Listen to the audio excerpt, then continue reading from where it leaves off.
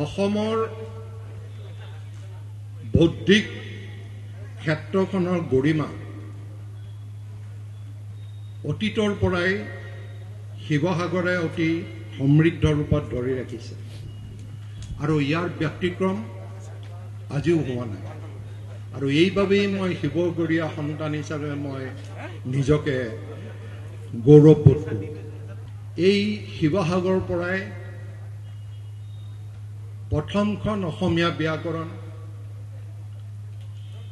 আৰু প্ৰথমখন অসমীয়া অভিধান প্ৰকাশ হৈ অসমীয়া ভাষাক এক গভীৰ সংকটৰ পৰা উদ্ধাৰ কৰা সেই ব্যক্তিগৰাকী আমাৰ ভাষা ৰজা হেমচন্দ্ৰ বৰুৱাৰ কৰ্মভূমি আছিল এই শিৱসাগৰ।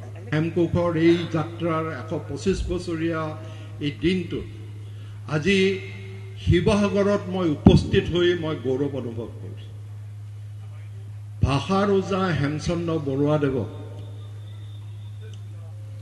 যি হিচাপে মান্যতা দিব লাগিছিল সেই মান্যতা এইগৰাকী ব্যক্তিয়ে অসমত পাইছে বুলি মই মনে নধৰে।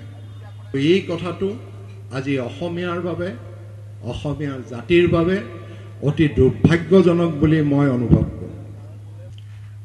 অসমীয়া জাতিটো জীয়াই থাকিবলৈ হ'লে আমাৰ ভাষাটো অতি সবল হ'ব লাগিব আৰু জাতি সবল হ'বলৈ লাগিলে ভাষা সবল হ'বলৈ লাগিলে আমি বিভিন্ন কিতাপ পত্ৰ অসমীয়া কিতাপ পত্ৰ পঢ়া আৰু নতুন প্ৰজন্মক এই কিতাপৰ প্ৰতি আকৰ্ষিত কৰাটোৱে আমাৰ প্ৰধান লক্ষ্য হোৱা উচিত। আজি আমি জনা ভাল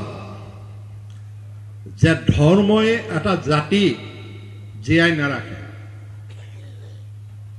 জাতি জীয়াই ৰাখে ভাষাই। আপোনালোকে জানে যেতিয়া আমি হেমকোষৰ ব্ৰেইল সংস্কৰণ কৰিলোঁ আৰু সেই সংস্কৰণে যেতিয়া গ্ৰীনিছ বুক অৱ ৱৰ্ল্ড ৰেকৰ্ডৰ পৰা স্বীকৃতি লাভ কৰিলে তাৰ পিছতে অসমৰ ইমূৰ সিমূৰৰ পৰা মোক বহুত বৰেণ্য ব্যক্তি নামেৰে নামাকৰণ কৰা বঁটা প্ৰদান কৰিছে। কিন্তু সেই বঁটাসমূহ মই গ্ৰহণ কৰিছোঁ। এই বুলি গ্ৰহণ কৰিছোঁ মই সেই বৰেণ্য ব্যক্তিজনৰ আশীৰ্বাদ আৰু অসমবাসীৰ আশীৰ্বাদ হিচাপে সেই বঁটাসমূহ মই গ্ৰহণ কৰিছোঁ। আজিও মোক এই ৰংপুৰ বঁটা প্ৰদান কৰিছে আৰু মই এই ৰংপুৰ বঁটাটো মই শিৱসাগৰীয়া ৰাইজৰ আশীৰ্বাদ হিচাপে ল'বলৈ মই ইয়াত উপস্থিত হৈছিলোহি আৰু আজি এই বঁটাটো মই নতশিৰে